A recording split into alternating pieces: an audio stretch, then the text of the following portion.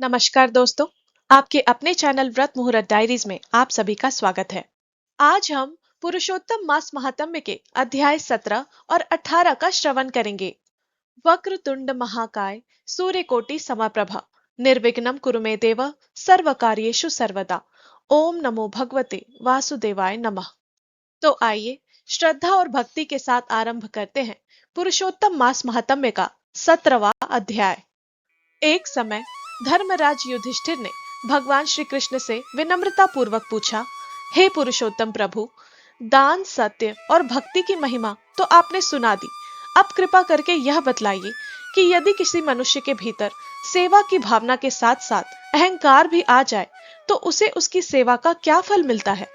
भगवान श्री कृष्ण मुस्कुराकर बोले, हे धर्मराज, अहंकार मनुष्य के सभी पुण्यों को क्षीण कर देता है, लेकिन पुरुषोत्तम मास में यदि कोई अपने अहंकार का त्याग करके निस्वार्थ भाव से सेवा करे तो उसका जीवन धन्य हो जाता है।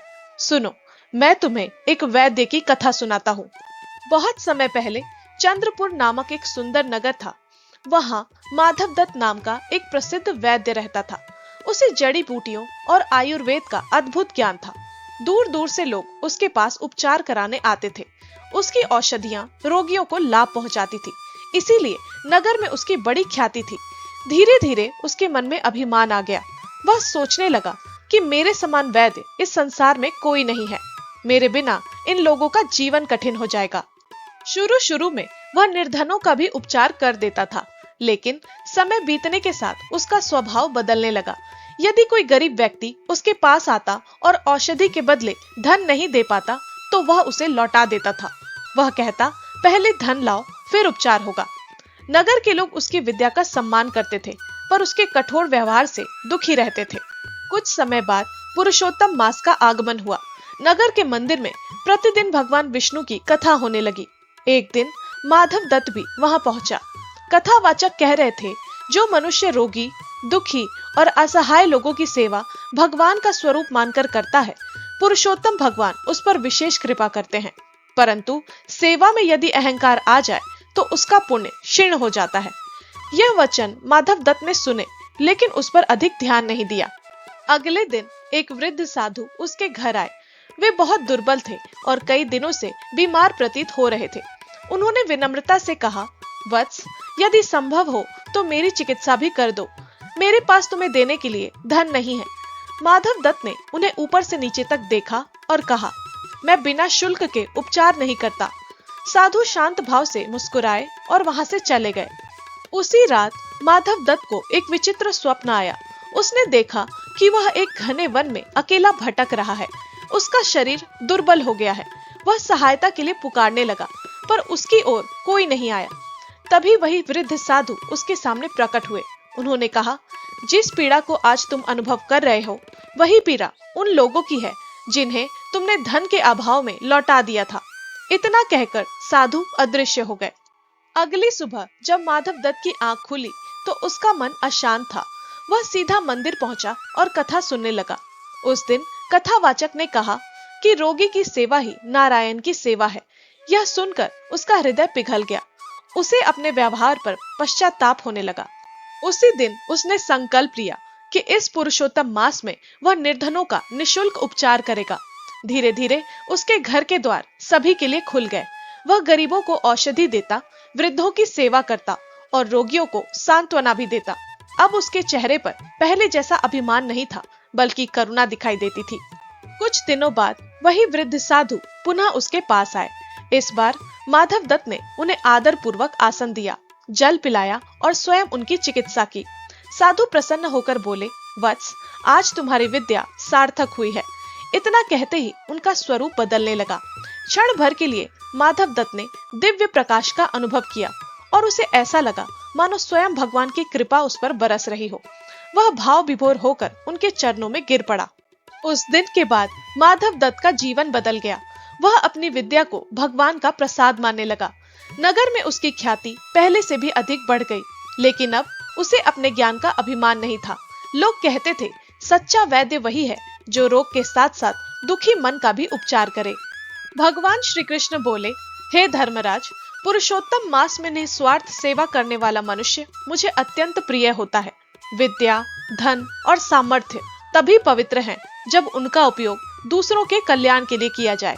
इसी के साथ पुरुषोत्तम मास महात्म्य का अध्याय 17 यही समाप्त होता है। प्रेम से बोलिए पुरुषोत्तम भगवान की जय, लक्ष्मी नारायण भगवान की जय। अब हम पुरुषोत्तम मास महात्म्य के 18वें अध्याय का श्रवण करेंगे। धर्मराज युधिष्ठिर ने पुनः भगवान श्री कृष्ण से विनम्रता पूर्वक पूछा, हे पुरुषोत्तम प्रभु, संसार में अनेक लोग अपने कार्य में निपुण होते हैं, परंतु धीरे धीरे उनके भीतर भी अभिमान आ जाता है। क्या ऐसा व्यक्ति भी आपकी कृपा का अधिकारी बन सकता है? भगवान श्री कृष्ण मुस्कुराकर बोले, हे धर्मराज, कला और विद्या दोनों ही ईश्वर का वरदान है। यदि उनमें अहंकार आ जाए तो उसका तेज नष्ट हो जाता है, परंतु पुरुषोत्तम मास में यदि मनुष्य अपने अभिमान का त्याग कर दे तो वह मुझे प्रिय हो जाता है। सुनो, मैं तुम्हें एक मूर्तिकार की कथा सुनाता हूँ।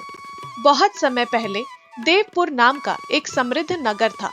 उस नगर में शिल्पानंद नाम का एक प्रसिद्ध मूर्तिकार रहता था। वह पत्थरों में ऐसी सुंदर मूर्तियां बनाता था कि देखने वाले आश्चर्यचकित रह जाते थे। दूर दूर के राजा और धनवान लोग उससे मंदिरों और महलों के लिए मूर्तियां बनवाते थे। धीरे धीरे उसकी प्रसिद्धि बढ़ने लगी। लोगों से अपनी प्रशंसा सुनकर उसका अभिमान बढ़ गया। वह कहने लगा कि मेरे हाथों जैसी मूर्तियां इस संसार में कोई नहीं बना सकता। मेरी कला के कारण ही मंदिरों की शोभा है। उसी नगर में एक छोटा सा पुराना विष्णु मंदिर था। वहां एक वृद्ध पुजारी सेवा करते थे। पुरुषोत्तम मास के आगमन पर उन्होंने शिल्पानंद से कहा, बेटा, मंदिर की पुरानी टूटी हुई छोटी प्रतिमा के स्थान पर भगवान की एक नई प्रतिमा बना दो। हमारे पास अधिक धन नहीं है, पर यह भगवान का कार्य है। शिल्पानंद ने हंसते हुए कहा, मैं राजाओं के लिए मूर्तियां बनाता हूँ, इतनी छोटी सेवा के लिए मेरे पास समय नहीं है। वृद्ध पुजारी शांत भाव से लौट गए। कुछ दिनों बाद पुरुषोत्तम मास आरंभ हो गया। नगर में भजन कीर्तन और कथा होने लगी। एक दिन शिल्पानंद भी उत्सुकतावश कथा सुनने पहुंचा। कथावाचक कह रहे थे, भगवान को सोने चांदी के महल नहीं, भक्त का प्रेम प्रिय है। जो अपने गुणों का अभिमान करता है वह भगवान से दूर हो जाता है। यह वचन सुनकर भी शिल्पानंद के मन पर कोई विशेष प्रभाव नहीं पड़ा। एक रात वह भगवान विष्णु की एक भव्य प्रतिमा बना रहा था। वह सोच रहा था कि यह उसकी अब तक की सबसे सुंदर रचना होगी, लेकिन जैसे ही वह प्रतिमा का मुख बनाता उसमें कोई न कोई त्रुटि रह जाती। उसने कई बार प्रयास किया पर सफलता नहीं मिली। क्रोध में आकर उसने अपने औजार दूर फेंक दिए। उसी रात उसे एक अद्भुत स्वप्न आया। उसने देखा कि एक विशाल मंदिर में भगवान की अनेक सुंदर मूर्तियां स्थापित है, लेकिन उनमें से किसी में भी प्रकाश नहीं है। मंदिर के एक कोने में मिट्टी की एक छोटी सी साधारण प्रतिमा रखी हुई थी, जिससे दिव्य प्रकाश फैल रहा था। शिल्पानंद ने आश्चर्य से पूछा, यह कैसी प्रतिमा है? तभी एक दिव्य स्वर सुनाई दिया, यह उस गरीब भक्त की प्रतिमा है जिसने प्रेम से भगवान को अर्पित की थी। जहाँ प्रेम होता है वहीं मैं निवास करता हूँ। सुबह होते ही शिल्पानंद की आंखें खुली। उसका हृदय बदल चुका था। उसे अपने अभिमान पर बहुत पश्चाताप हुआ। वह तुरंत उस वृद्ध पुजारी के पास पहुंचा और उनके चरणों में गिर पड़ा। उसने कहा, मुझे क्षमा कर दीजिए, मैंने अपने अहंकार में भगवान की सेवा का अवसर खो दिया। वृद्ध पुजारी ने उसे उठाकर प्रेम से गले लगा लिया। शिल्पानंद ने बिना किसी धन की इच्छा के मंदिर के लिए भगवान श्री विष्णु की अत्यंत सुंदर प्रतिमा बनाई। प्रतिमा पूर्ण होने पर पूरे नगर के लोग दर्शन के लिए आए। जब प्रतिमा की प्राण प्रतिष्ठा हुई तो मंदिर का वातावरण भक्ति से भर गया। शिल्पानंद की आंखों से आंसू बहने लगे। उसने मन ही मन कहा, हे प्रभु, मेरे पास जो कला है वह मेरी नहीं, आपका दिया प्रसाद है। ये आज मैं समझ गया। उस दिन के बाद उसने निर्धन मंदिरों और आश्रमों के लिए भी निस्वार्थ भाव से मूर्तियां बनाना शुरू कर दिया। उसकी कीर्ति पहले से भी अधिक फैल गई, पर अब उसके हृदय में अभिमान नहीं, केवल भगवान के प्रति कृतज्ञता थी। भगवान श्री कृष्ण बोले, हे धर्मराज, मनुष्य का गुण तभी पवित्र बनता है जब वह उसे भगवान की सेवा और लोक कल्याण में लगाए। पुरुषोत्तम मास में किया गया निस्वार्थ कार्य अनेक यज्ञों के समान फल देता है। इसी के साथ पुरुषोत्तम मास महात्म्य का 18वां अध्याय यही समाप्त होता है। प्रेम से बोलिए पुरुषोत्तम भगवान की जय, लक्ष्मी नारायण भगवान की जय। ओम नमो भगवते वासुदेवाय नमः। व्रत मुहूर्त त्योहार से जुड़ी ऐसी ही और उपयोगी जानकारियां प्राप्त करने के लिए एवं कथा सुनने के लिए हमारे चैनल व्रत मुहूर्त डायरीज को अभी सब्सक्राइब करें।